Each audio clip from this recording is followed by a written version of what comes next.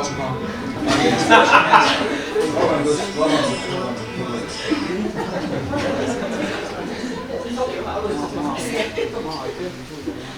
Ja tulin siia rääkima oma selleaastasest väikesest rattamatkast. Ja väike oli ta selles suhtes, et tegelikult mul oli plaanitud natukene suurem, aga see natukene suurem jäi siin geopoliitiliste olukordade tõttu ära, et mul viimaseks oli plaanitud ikkagi, kuna ma Fuji mees olen ja Fuji rattaga sõidan, siis loogiline jätk selle oli see, et ma Fuji't koju Tallinnasse. Aga jah, seal siis tulid Myanmaris kodusõda ja siis edasi ka need igasugused stannid ja asjad ja Iraan ei ole tänapäeval enam mitte väga mõnus koht, kus rattaga sõita. Ja siis tegin jah kiired kalkulatsioonid ja avastasin, et see 20 369 kilomeetrit, mis mul oli 100 000 puudu, et selle ma saan ilusti täis vändata, kui ma teen Euroopale tiiru peale. Ja see Euroopa sõidu algus, see oli ka selline 50-60, kuna viimased paar aastat olen maadelnud oma alaseljaga ja siis lõppude lõpuks ma sain Taist sain ühe pimeda massööri, kes mind jälle jalge peale aitas ja kui selgeks sai juba korda, siis ütlesin naisele, et nii, nüüd see aasta lähen teen selle ära, et muidu jääbki tegemata. Ja 5. märts oli siis päev, kui ma startisin ja see ei olnud ka mitte lihtne start sellepärast, et mul oli põlvevigastus all ja mille kohta siis lugupeetud professor ütles sedasi, et vaata, et see esimesed 3 nädalat ei kükita. No, aga proovi see telkida, kui kükitada ei saa. Ja siis oligi sedasi, et algselt vaatasin majutusi ja proovisin ikka kuhugi ennast katuse alla pressida. Ja vahest õnnestus see niisama, vahest pidi sellest natukene kupüüre välja käima, aga läks see 3 nädalat mööda ja otsapidi Kreekas siis võtsin juba, Rumeenias oli mul esimene telgiöö ja siis sealt edasi oli jälle, kõik oli nagu tore. Aga see oli siis reisi algus, kus ma olin selline meeldivat kosund ja hakkasin vaikselt minema. Muidugi sain kohe tagasilööke sellega, et eestlase kombel, küll ma saan kuidagi hakkama. Et mul on esimesest reisist, mis oli 2010-2011, välgised püksid, ma lähen nendega. Ja see oli siis põhimõtteliselt esimese päeva võttu olid püksid sellised. Ja kui te arvate, et see pani seal elus oli, siis see nii ei olnud. Ja millega see kõik päädis sellega, et mul oli teise päeva õhtus oli siis jalge vahel verilihane. Aga ega see ei peata nii, et kui on siht silme ees ja tuleb minna, siis lihtsalt tuleb minna. Ja alusta küll oli, aga seda oli täpselt umbes sama kaua, kui oli seda põlvejama. Nii et siis oligi hea, et mul oli tööpimised olemas.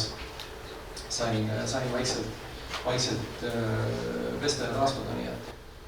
Aga jah, Münchhausenit teavad kõik. See oli ka täpselt see, et sõitsin sealt mööda ja mõtlesin, et oleks mul natukenegi selliseid võimeid. Võtaks patsist kinni, siis katsusid, patsi ka ei ole, jääb ära. Ja siis Eesti pool oli alguses ka selles suhtes minu jaoks ikka väga valus, et ma sain julge 20 meetrit tuult näkku ja ma olin 2 päevaga põhimõtteliselt kaotanud 1 päeva juba. Aga kuna ma olin endale sihi pannud, et ma pean septembri alguses tagasi olema, kuna mul hea sõbra mälestusvõistlused on alati septembri alguses teine nädalavahetus, siis ma pingutasin, et sinna jõuda. Ma jõudsin, aga siis nad jäid oma korraldustega jätta ja siis võistlused alles kuu lõpus, nii et mul oli jälle asjata tormamine. Aga siin nüüd jõudsin oma piltidega juba kiirelt Poola ja mis Poolas on üliäge, on Green Melo rattateed. Ja tõesti, üliäge, et meie RMK-l on seal ka õppida ikka. Seal on üsna tihti on sellised puhkekohad, lauad, katusealused, rattahoidjad, kõik asjad on olemas ja neid on palju. Et kaardi pealt näed täpselt ära, et kaugel sul järgmine on ja üliäge. Et jah, siis kirikud asjad, loodust on hästi palju pildistatud ja muidugi teeolusid. et mida mul seal rattaseljas ikka muud teha on. Et alguses oli jah, neid kirikud ja arhitektuur oli üliäge, aga siis jah, näiteks kirikuaiast leidsin sellise meeautomaadi. Lähed sinna, valid oma meepurgi, vajutad selle numbri, paned mündi ja mesi olemas. Jälle üliäge. Ja nagu ma rääkisin, et hästi palju pilte on teedest, et kus ma siis kulgesin, et ma pigem ikkagi valisin neid väiksemaid kõrvalteid, et seda suurt trafficut ja asja natukene endast eemal hoida, aga need väiksed kõrvalteed üsna tihti päädisid selliste kohtadega ja siis mingi hetk ma lihtsalt sellest Komoodi kaardi rakendusest loobusin. Sellepärast, et ma vaikselt ise ju võitsitsin, kui ma kuskil seal pooles Kreekas olin, et mingid pika patsiga Komoodi poisid vaatavad, et aha, see tross läheb selle jalgrattaga, noh, paneme ta selle tee peal, vaatame, kas sealt läheb läbi. Et ma sain seal ikka selliseid teid, et nagu ütleme nii, et no, Eestiga võib seal sõita, aga noh, jalgrattaga kindlasti mitte. Ja kui sul üles mäkke vaja 2,5 kilomeetrit ratast lükata ja kivid on sellised rusika suurused, no ütleme nii, et ei ole nauding. Et samuti Poolas Slovakkiasse jõudmine ei olnud päris nauding, sellepärast, et see viimane lõpp oli üsna lumine, libe. Et seal jah, mingit liiklust ei ole. Ja siin on veel vähe vett, et selliseid üksikuid väikseid lombikesi tuli, aga kui ma jõudsin Kreekasse, siis Kreekas oli, noh, mina siit ära minnes mõtlesin, et Kreekas ma sõidan juba lühikese varukaga särgiga, kõik on soe, kõik on mõnus. Reaalsus oli natukene teine. Sellepärast, et põhja pool oli siuke linn nagu Draama, kus ma pidin ära põgenema, kuna järgmine päev hakkas lund sadama. Et siis oli jah, kiire minek. Aga seal ka ütleme nii, et mägedest need sulaveed, need siis olid korraldanud ka seal ikka täitsa kenad üleujutused, tänu millele ma sain tihtipeale ikka mingisugune 2-30 kilomeetrit ringi sõita, et kuskilt üle jõe saada. Et Rumeenias kohtusin hästi vahva paariga, punase kiivriga poiss on pime ja siis nad tandemiga sõidavad ja teevad trenni, sellepärast, et pime poiss tahab pääseda siis mäesuusatamisega olümpiale. Ja trennivehu oli kõvasti, nii et üliäge. Et jah, siin oligi esimene öö telgis. Et jah, ütleme nii, et Rumeenia ja Kreeka oli ka veel telkimiskohtade leidmisega täitsa okei. Sealt edasi läks juba paraku üsna keeruliseks. Et Horvaatia ja Itaalia ka kohati, noh, paraku seal on jah selline wildcampimine on täiesti keelatud, mis on karistatav. Et õnneks ma kellelegi hambu ei jäänud, aga selle koha leidmisega, et kuhu see pisikene telk panna, juba see on selline tõsine katsumus, et leida, et noh, natukene ennast inimestest ära peita ja see oli siuke katsumus, jah. Siin jälle ehe näide teedest, kus seda servokos rattaga sõita nagu väga palju ei ole. Ja neid teid on ikkagi päris palju. Et ütleme nii, et kus oli nagu tõesti hea rattaga sõita, oli Hispaania. Et Hispaanias on jah siis, kus siis autojuhid tõesti peavad sust lugu. Ja sealt siis järgmine riik kohe Portugal, no täiesti risti vastu. Et kõik tahavad sul ikka pedaali alt läbi sõita ja vaadata, mis sul kiirus 100 kilomeetrit umbes nii. Et see ei ole väga meeldiv. Noh, ja siin jälle üks pilt sellisest Rumeenia ülitisest.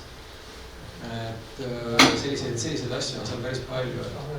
Ja kõige naljakam on see, et ta on tehtud täiesti uued rattateed, konkreetsed rattateed. Aga sisuliselt on ikkagi see pump track, kus sa võid oma trikirattaga minna sõitma. See on uskumatu ja need on ära joonitud ja ikka... Aga milleks seda tööd tehakse, ma ei tea, või kellele. Et see on uskumatu. Tihtipeale on jah, mööda süüksed põlluvahet on natukene lihtsam sõita. Siin on natukene Bulgaaria arhitektuuri omapära, et ma ei tea, millegi pärast riivas silma.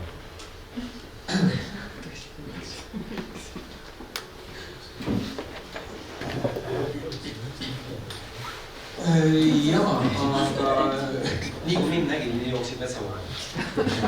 ei tea, mis seal oli. Et söögi poolest ka, et sõin põhimõtteliselt seda, mida teie järjest kätte sain. Sultsin jälle poest läbi. Põhisöök oli ikka mingi sai ja koolajoogid. Ja jah, päevane keskmine kulu oli mul natukene üle 5000 kalori. Et seda siis nagu päevast päeva tagasi süüa, see on üsna keeruline. Et siin ongi selline poolteist toidukotsu. Ja paraku on jah nii, et nii kui see energia ikka natukene allapoole ära vajub, no ei liigu, no läheb ikka raskeks. Siis hakkab vaikselt mott maha käima ja siin on jälle üks hea pilt see, kuidas ma kuivat oma rattariideid, sellepärast, et ma võtsin Bulgaarias ööbimise ja tetikese käest küsisin, et kas riideid saab pesta, pesumasini asjad on. Ja siis läks mingi tunnikene mööda ja siis mul toodi ämbrist täiesti läbimärjad, kaltsmärjad asjad.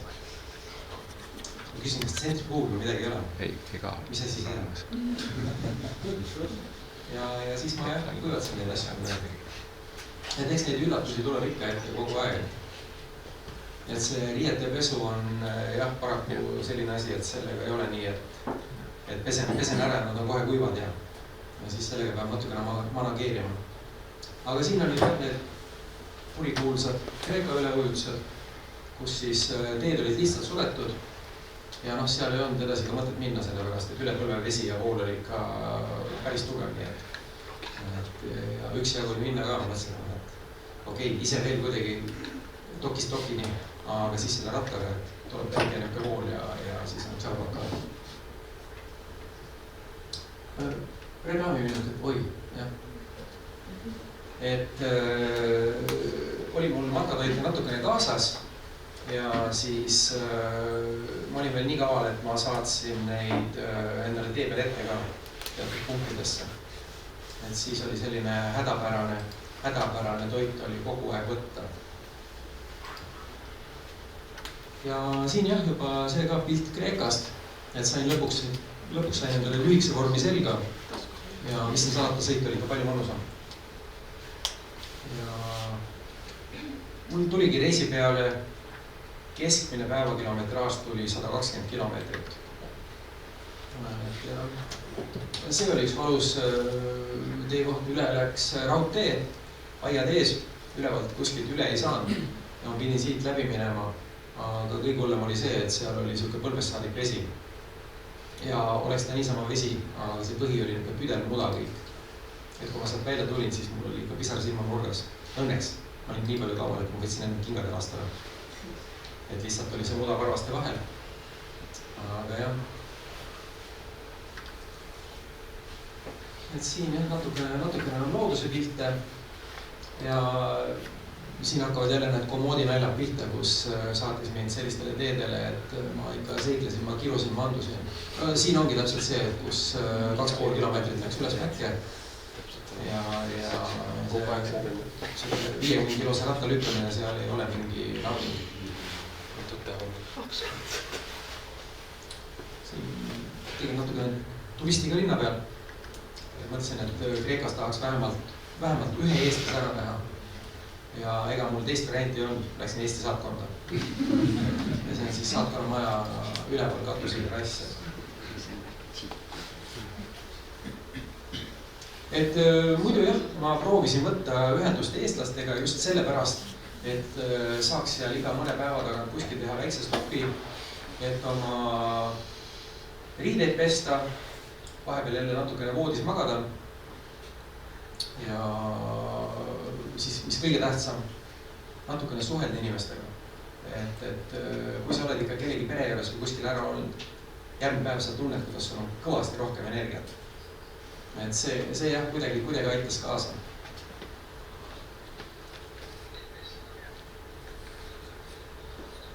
See pildik on nüüd Albaaniast. See oli siis teine koerarünnak, mida ma ei suutnud pareerida. Aga õnneks ta ei saanud minust kinni, ta sai rattakotist. Ja ta ammustas selle rattakoti puruks, kus siis veel seal sees mõned riideesemed. Aga ammustus oli jah ikka tugev nii, et ja oleks peaaegu mind ka pikali tõmmanud. ja ma lihtsalt ei kuulnud seda koeraga tulemast. Ma ei tea, kas ta üldse augatas või ei augatanud, rabas koheselt ratast kinni.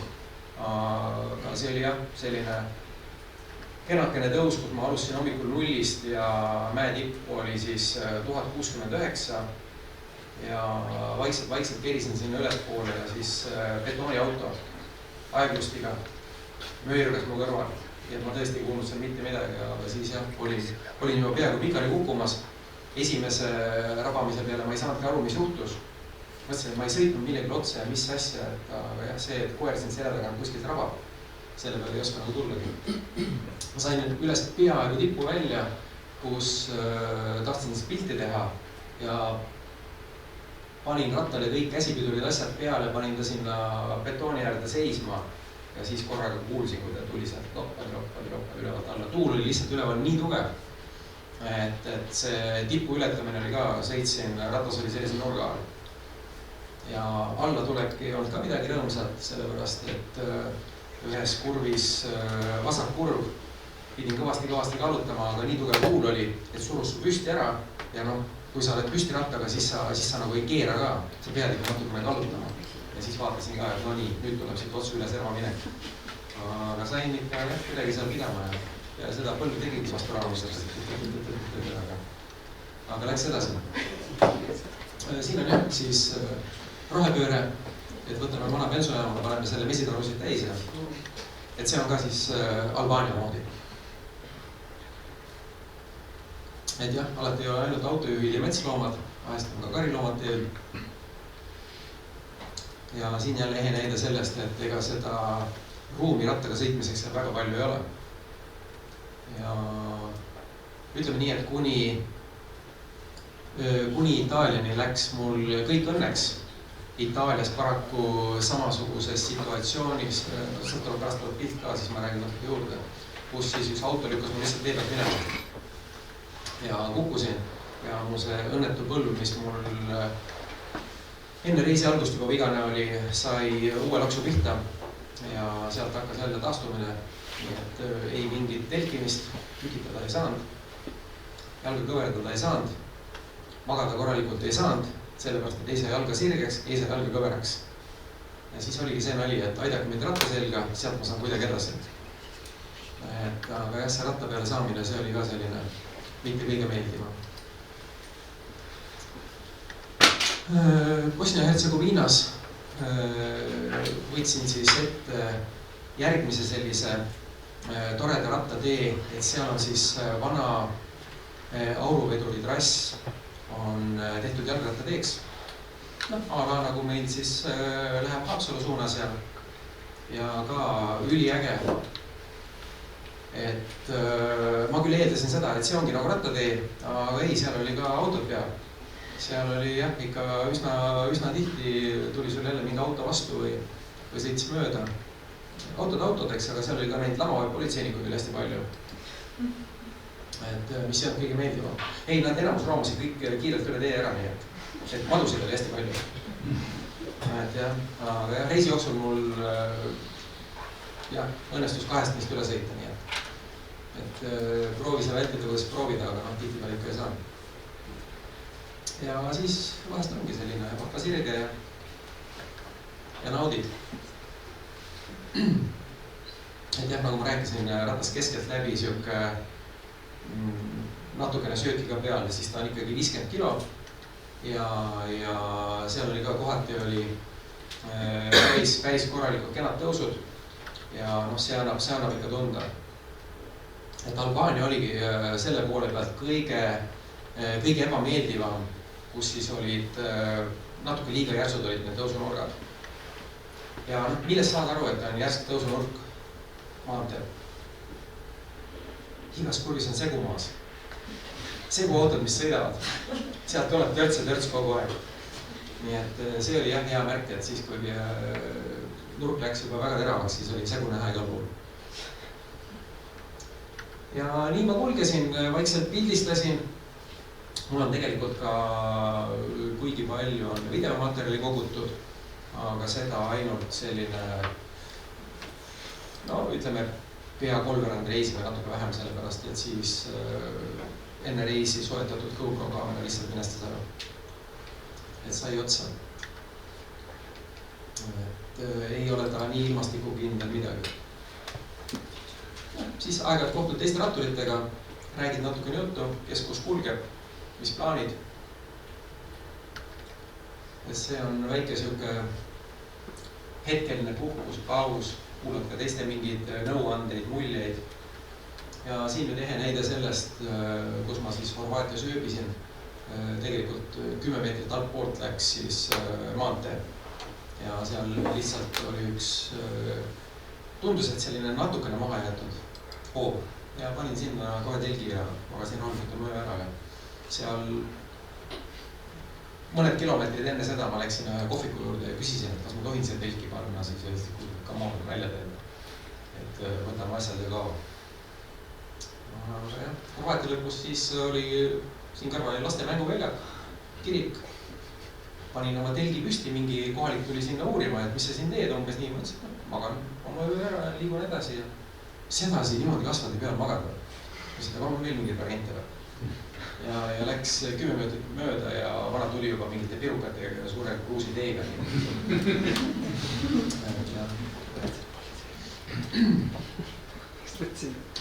Käisin kohalikel kaluritel külas, aga jah, paraku hooaega on, nii et kõik oli peidus kuskil.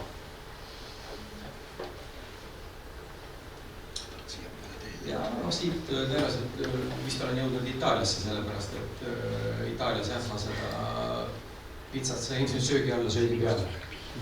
Et sealt paraku jah saab kenakesti seda energiat ja siis on mille pealt edasi kühveldada jälle. Et energiaga oli jah see nutune seis, et isegi kui ma õhtul sõin korralikult kõhu täis, siis öösel kuskil kella 3 ajal märkasin selle peale, et kõht koriseb. Ja siis oli jah, ainuke võimalus oligi see, et sukeldusid jälle oma toidukotti ja midagi pidid kiirelt sööma selle pärast, et kui ikka kõht on nii tühi, siis magada ei saa.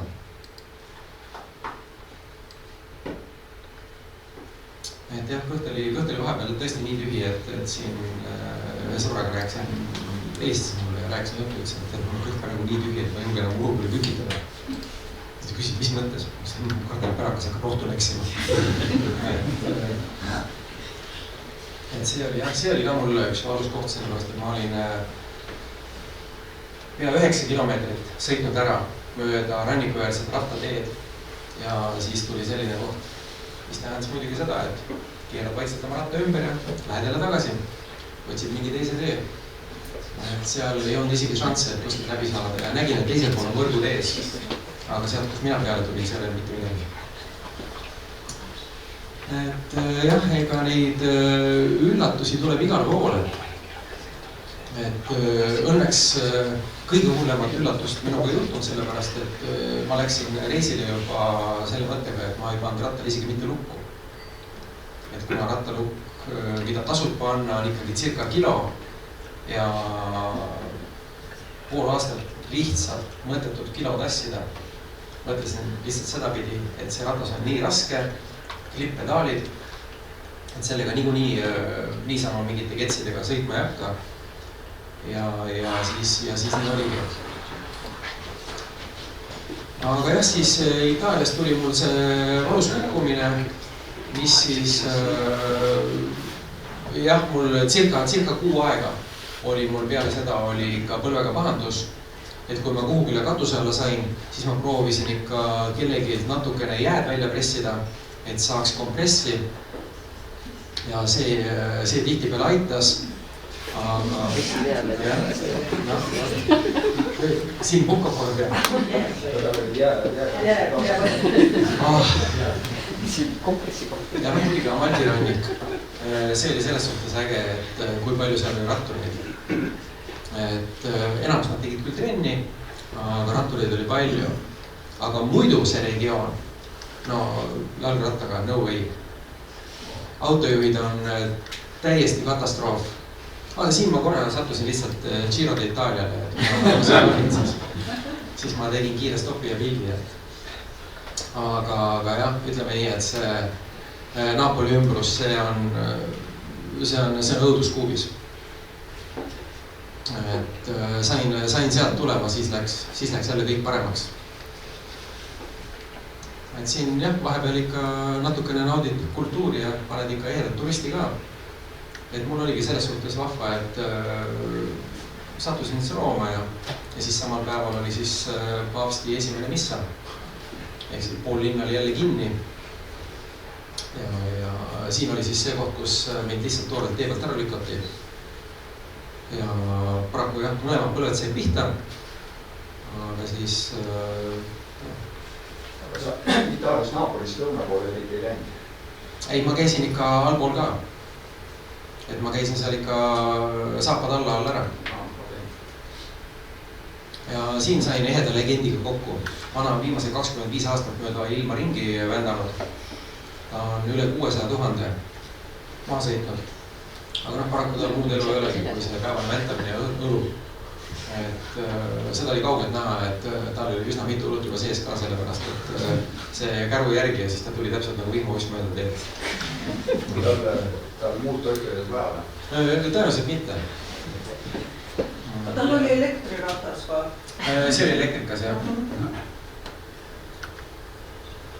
Et siin käisin jah, vaatasin ära, et näed, ongi viltu sünnib.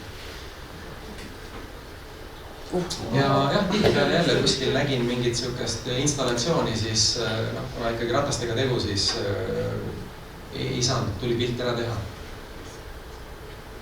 Ja tunneleid, neid ma olen nii palju sõitnud, et poole kohaga kaevad nagu, et pool reisist oli maa all. Et jah, seal Lõuna-Euroopas hästi palju tunneleid ja kui sul ongi ikka sellised tunnelid ja seal pikim tunnel mul vist oli äkki mingi 3,5 kilomeetrit, et Norras neid kolmeseid oli päris palju. Ja siis hopstigi sattusin Monacosse ja alla linna mind jälle lastud. Ei lastud sellepärast, et seal mingid kloonid sõitsid oma vormelitega ringi sama päev. Terve linn kinni. Siis reisi jooksul külastasin üsna mitmeid loodusparke, et mis ka muidugi natukene aeglustavad sul seda teekonda, aga silma tuleb ka lihtsalt nuumata, et teistmoodi ei saa. Ja siis muidugi niisugused mõnusad liivatünnid, kus sõita. Jälle puhas nauding. Et ükskõik mis teise rattaga, aga mitte niisuguse matkarattaga, et see on ikka natukene liig. Ja siin on näha, kus loodus on võtnud rattatee üle lihtsalt.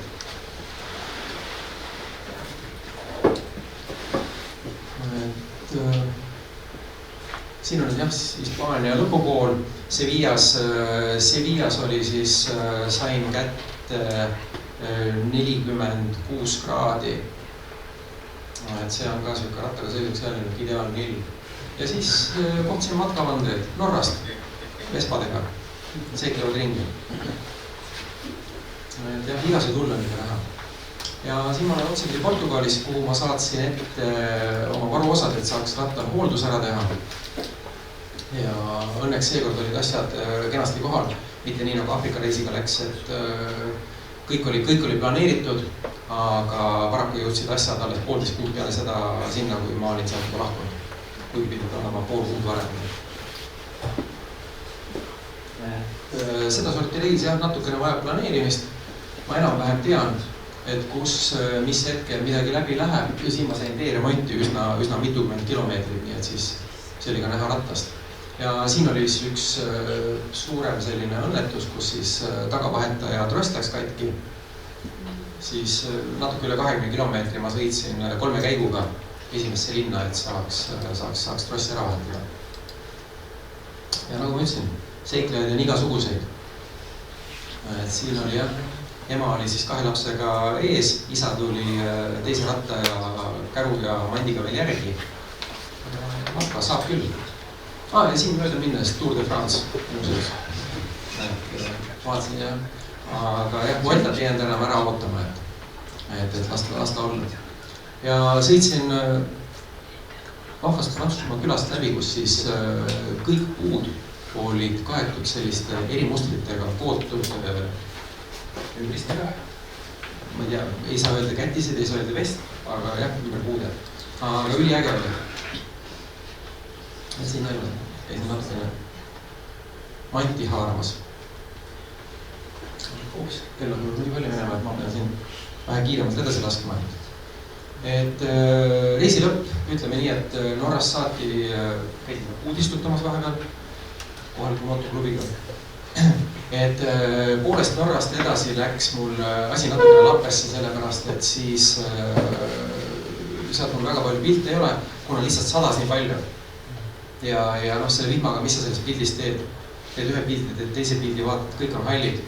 Ja nii oligi. Et nii kui oli päikeseline hetk, nii proovisid jälle kiirelt mõne pildi teha.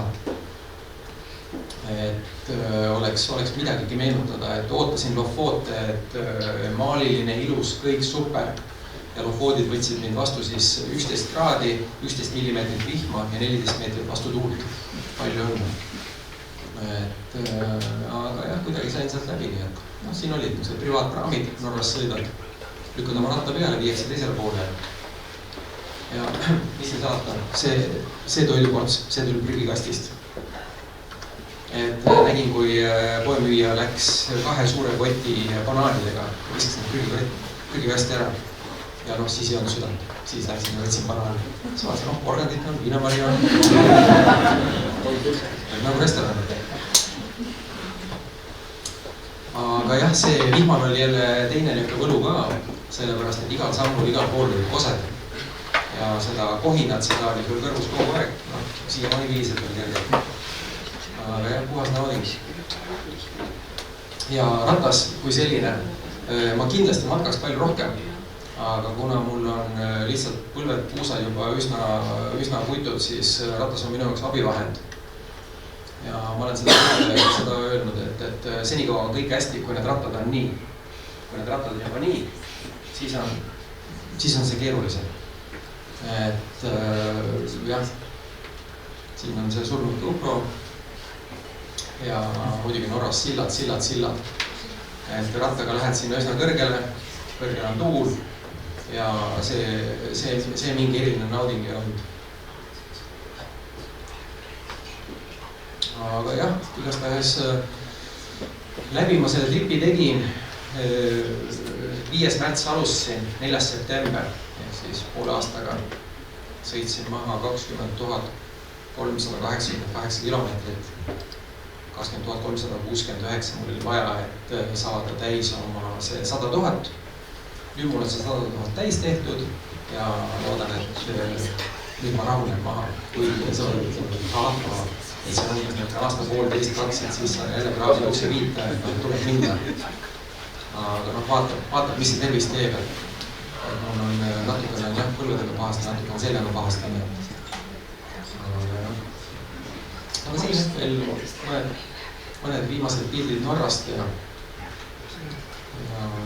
siis olengi juba põhimõtteliselt kodus tagasi ja saabki selle reisi sellega nagu kokku võtta. Ma vaatan, et kell hakkab juba nii palju peale jooksma.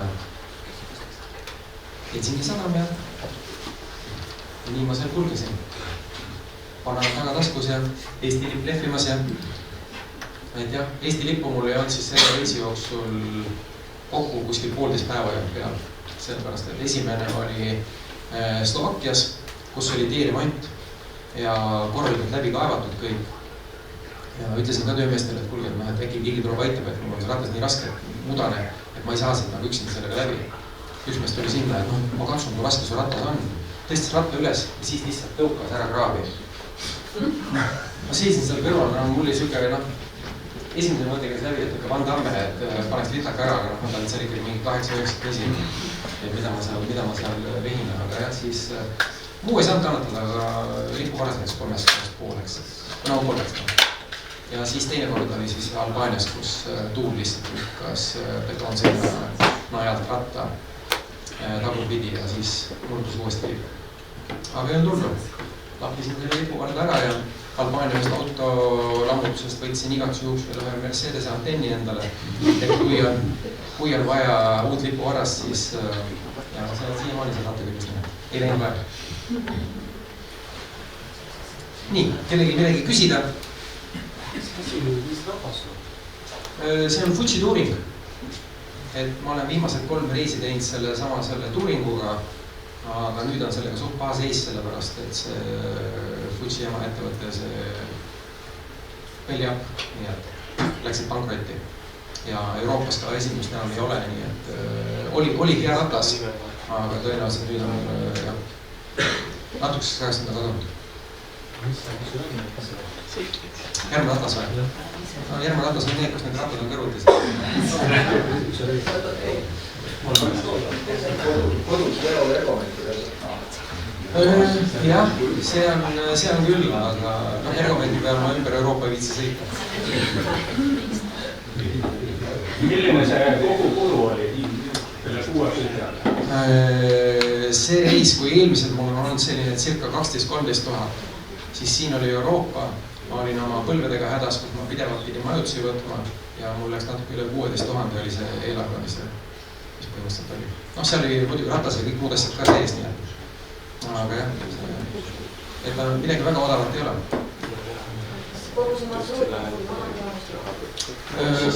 Jaa, mu Polari kell jätab triibu järgi ja tänu sellele ma sain teada ka oma tõusumeetrid. Ja tõusumeetrid mul tuli siis 100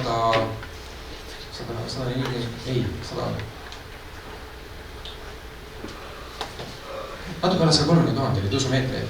Ehk siis circa 14,6 korda käisin pool aasta jooksul Everesti tippu ja tagasi. Ja see on ka praktiliselt mitte midagi. Et jah, algselt kui ma isegi kalkuleerisin seda trippi, siis näitas mul circa 150 000 tõusumeetrit. Aga teel olles mul ikka õnnestus jah kuidagi seal laveerida natukene nende teede valikuga asjaga, et kui oli võimalus väike ring teha, siis väikse ringi, et mitte üle mängida. See põhiline rakendus oli siis Komoot ja? Ma kasutasin linnadest läbi, ma sõitsin Google Mapsiga. Sellepärast, et Komoot millegi pärast ei leia üles tihti peale rattateid linnades. Ja Google Maps vastupidiselt näitas ka need rattateed ära. Ja tegelikult, kui see Komoot mind kõvasti nöökima hakkas, siis ma natuke solgusin ta peale. Ja siis ma läksin oma vana hea selle mapi.com-i peale. Et mis kunagi oli siis Mapi CZ vist. Et see enam päris, ütleme nii, et märamanussu mind ei saatnud. Et leidis ikka mingid sellised teed, kus sai sõita ka. Kas lisaks Poolale oli veel mõni riik, mis siin nagu positiivselt üllatas rattaga sõiduga? Slovakkia liigub seda teed. Et seal oli osalt olid juba tehtud täitsa vahvad uued rattateed ja osaliselt siis oligi see, kus ma olin natukene kimpus, kuna nad alles ehitasid neid ja olid läbi kaevatud, et truupe värke panna. Rattasõidu poole pealt kindlasti mind üllatas Hispaania, et ma olen sealt eelnevalt ka paar korda läbi sõitnud, aga varasemalt ei ole sellist asja olnud. Praegu on nii, et rattaga sõidad Hispaanias, siis üles mäkke lähed, veoauto seisab su taga. Ta ei pressi mööda ja autod ei pressi sinust mööda.